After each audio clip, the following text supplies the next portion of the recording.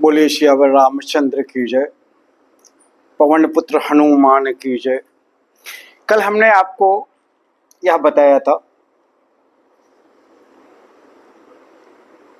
कि भगवान शिव जी एवं भगवान गणेश जी की प्रथम पूजा गोस्वामी तुलसीदास जी करते हैं। कथा को आगे बढ़ाते हैं और तुलसीदास जी कहते हैं कि मैं उन शंकर भगवान की वंदना करता हूं जिनकी कृपा के बिना राम कथा कहना, राम की भक्ति प्राप्त करना, राम के भाव में होना, ये सारी विभूतियां नहीं पाई जा सकती। यानी स्थिति बड़ी विचित्र है।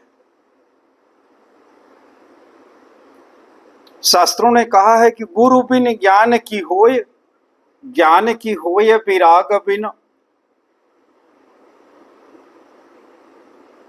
गुरु के बिना तो ज्ञान संभव ही नहीं है। गुरु का तात्पर्य ही है। गुरु हमें अंधकार से प्रकाश की तरफ ले जाते हैं, हमारी अज्ञानता को हर करके मेरे ज्ञान को बढ़ाते हैं। गुरु की प्राप्ति, गुरु में आस्था, गुरु का आदर, यह सब चीजें हो जाने के बाद हमें जो गुरु से ज्ञान प्राप्त होता है, उसके बाद भी हमको भगवान शिव जी का आशीर्वाद अवश्य चाहिए अगर हमें राम भक्ति में लेना। पिछले समय पे मैंने ऐसा बताया था कि भगवान की आराधना करने का सर्वोत्तम आश्रम गृहस्थ आश्रम है। यह गृहस्थ आश्रम ही है जिसमें आपको कर्मकांड नहीं करना होता है। ईश्वर उपासना के लिए, ईश्वर आस्था के लिए आपको किसी भी प्रकार का कर्मकांड करने की आवश्यकता नहीं है। अगर कोई आवश्यकता है तो वह आपको अपने कर्म करने की है। गृहस्थ आश्रम में रहते हुए यदि आप अपना कर्म निर्धारित कर लेते हैं, अपने कर्म को पूर्ण कर लेते हैं, अपने उत्तरदायित्व का अगर निर्वहन कर लेते हैं, तो आप निश्चित तौर पर जानिए आप परमात्मा के बहुत नजदीक हैं।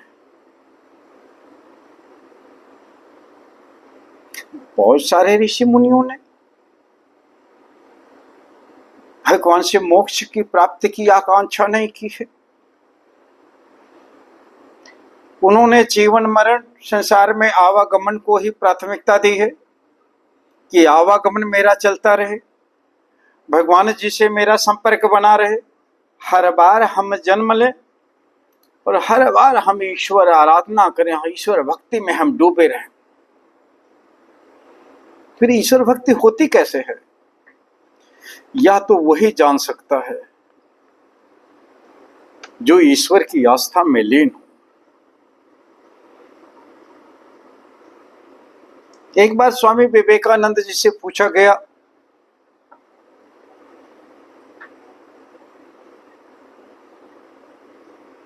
कि आपने कभी ईश्वर की उपस्थिति को महसूस किया है? आपने ईश्वर के दर्शन किए हैं? तो उनका बड़ा सहज सा उत्तर था, हाँ किया है। प्रश्नकर्ता ने कहा, आप मुझे ईश्वर के बारे में बता सकते हैं? स्वामी विवेकानंद जी ने उनसे पूछा, अगर आपके पास कोई पेन या पिन हो तो आप मुझे दीजिए। उस व्यक्ति ने उनको एक पिन उपलब्ध कराई। उस पिन को उस व्यक्ति के हाथ में चुभोते हुए जैसे उन्होंने चुभोया, वो व्यक्ति चिल्लाया, तो क्या हुआ? स्वामी जी ने पूछा, क्या हुआ? कि बहुत दर्द होता है। कि क्या मुझे आप बता सकते हैं दर्द कैसा था?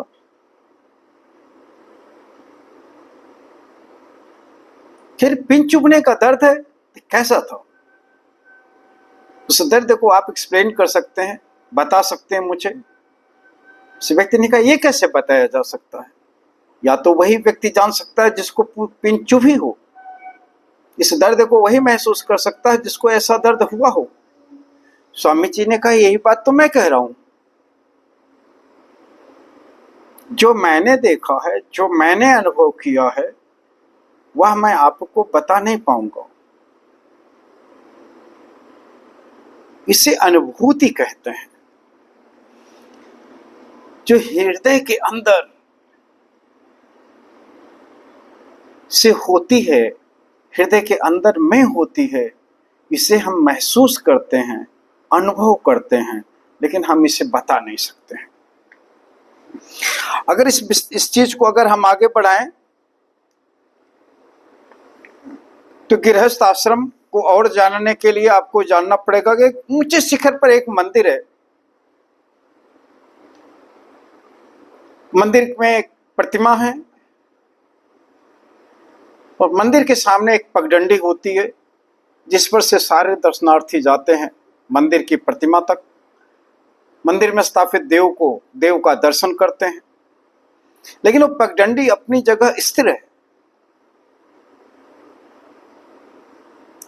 पगडंडी पर से हजारों लोग गुजरते हैं, हजारों लोगों का पैर उस पगडंडी पर पड़ता है। एक दिन मंदिर की प्रतिमा ने पगडंडी से पूछा कि आपके ऊपर से हजारों लोग अपना पैर रख करके गुजरते हैं, हमारे दर्शन करने के लिए आते हैं, तुम्हें तकलीफ तो नहीं होती?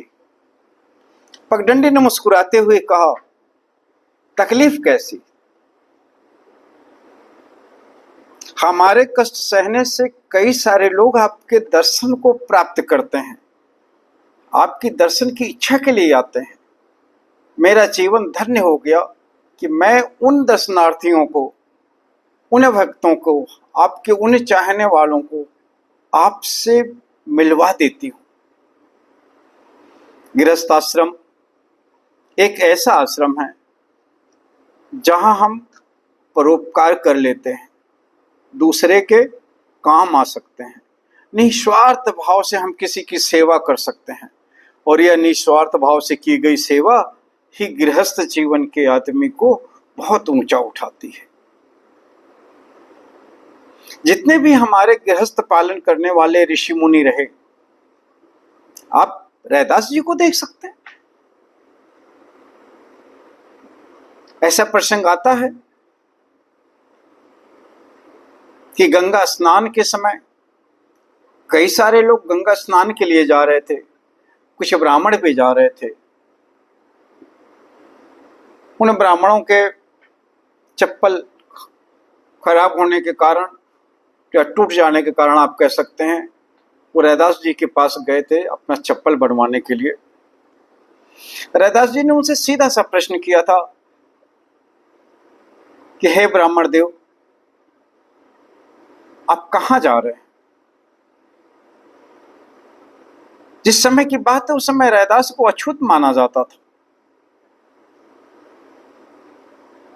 उनका स्पर्श भी ब्राह्मणों के लिए उचित नहीं था।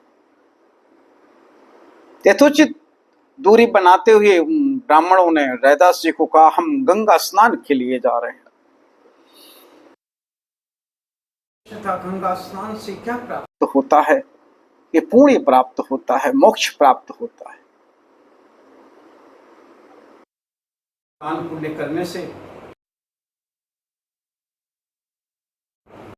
रैदास जी ने पैसे उनको देते हुए ये कहा कि माँ गंगा को हमारा भी धन दे दीजिएगा, यह हमारी तरफ से दान है, वो गंगा जी को दे दीजिएगा और मेरा प्रणाम कह दीजिएगा। हम कहानी को बहुत संक्षिप्त में बता रहे हैं। एक विस्तृत कहानी है जहां एक एक बिंदु रैदास जी के कही हुई एक एक बात के कई अर्थ हैं। यह संतोष रैदास जी जैसे भक्त में ही संभव है कि निरादर हो, अपमान हो, तत्कालीन ब्राह्मण अपने को श्रेष्ठ मानते हैं, उनके ज्ञान को, उनकी आस्था को, उनकी भक्ति को पूरी तरह से नकारते हैं, फिर भी उनकी आस्था बनी हुई है। उनके द्वारा दिए गए धन को जो दक्षिणा उन्होंने दी थी कि मां गंगा को देने के लिए ब्राह्मण ने ले लिया, और जब वो गंगा में पहुंच गए, जब गंगा किनारे पहुंचे तो उन्होंने भी अपने कर्तव्य का पूरा पालन किया और मां गंगा को उन्होंने कहा कि रैदास ने आपके लिए यह दान भेजा है। मां गंगा में हलचल होती है, लहरें तेज हो जाती हैं और लहरों के बीच से दो हाथ निकल करके रैदास जी द्वारा दिए गए दान को स्वीकार करते हैं।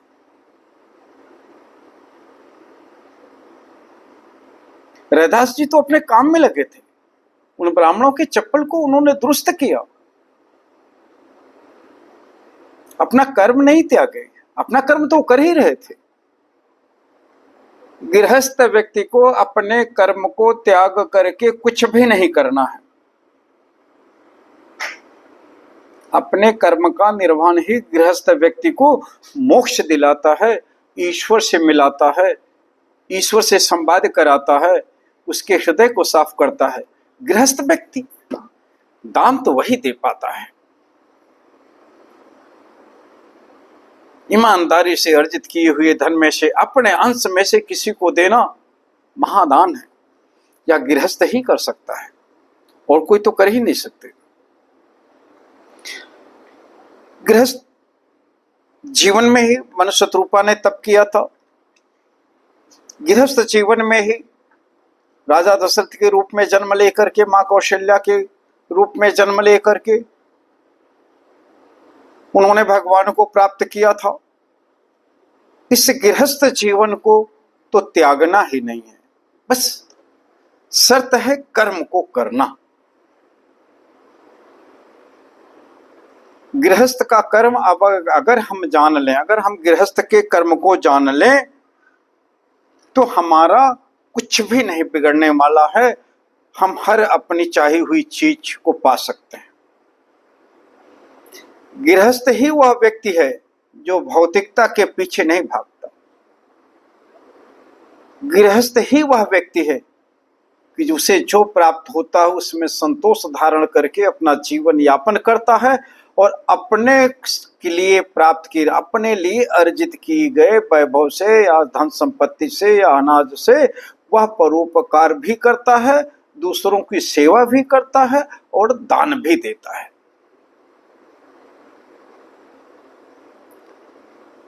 निसंकोच गृहस्थ अगर भौतिकता में चला जाता है, भौतिकवादी बन जाता है,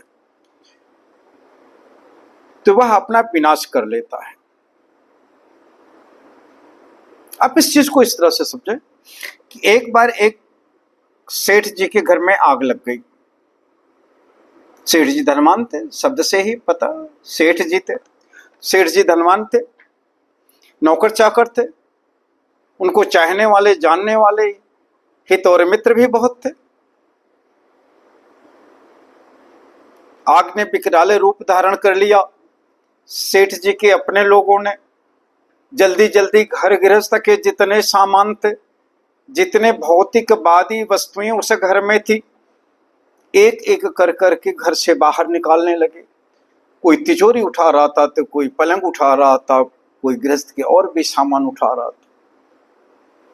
धीरे धीरे पता लगा सेठ जी की कोठी से बहुमूल्य वस्तुएं जो बहुत ही कीमती थीं वह सब बाहर ला ली गई थी। अचानक सेठ जी को याद आया कि मेरा लड़का,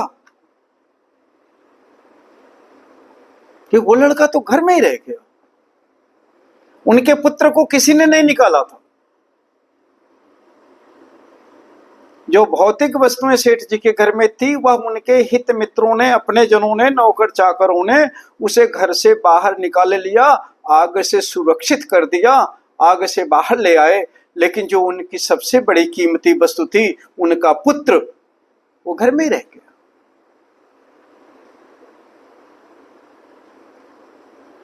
जब सेठ जी को पता लगा कि मेरा पुत्र तो कोठी में ही रह गया, वो तो निकाला नहीं जा सका, पता करने पर ज्ञात हुआ कि उनका पुत्र उस कोठी के अंदर ही जल गया। अब सेठ जी ने कहा कि यह वैभव जिसके लिए मैंने इकट्ठा की थी, जब वही नहीं रह गया तो मैं इस वैभव का क्या करूं? अब प्रश्न ये उठता है कि मुझे उतना ही वैभव इकट्ठा करनी चाहिए जो मेरे काम आए। यदि वह मेरे काम नहीं आती है, मैंने अन्यथा वैभव एकत्रित किया है, तो मैंने गृहस्थ आश्रम का पालन नहीं किया है। गृहस्थ आश्रम तो संचय अल्प करता है, उतना ही संचय करता है जिसमें उसका गुजारा हो जाए, नहीं तो वह संतोष वृत्ति में रहता है, संतोष धारण करता है। यही संतोष उसके इंद्रिय नियंत्रण का काम करती हैं, और यह इंद्रिय नियंत्रण ही उसकी आत्मा को परिष्कृत करती हैं और ईश्वर में उसकी आस्था को बढ़ाती हैं। आज हम यहीं विश्राम दे रहे हैं, कल हम इस प्रसंग को आगे बढ़ाएंगे। बोले श्याम रामचंद्र की जय।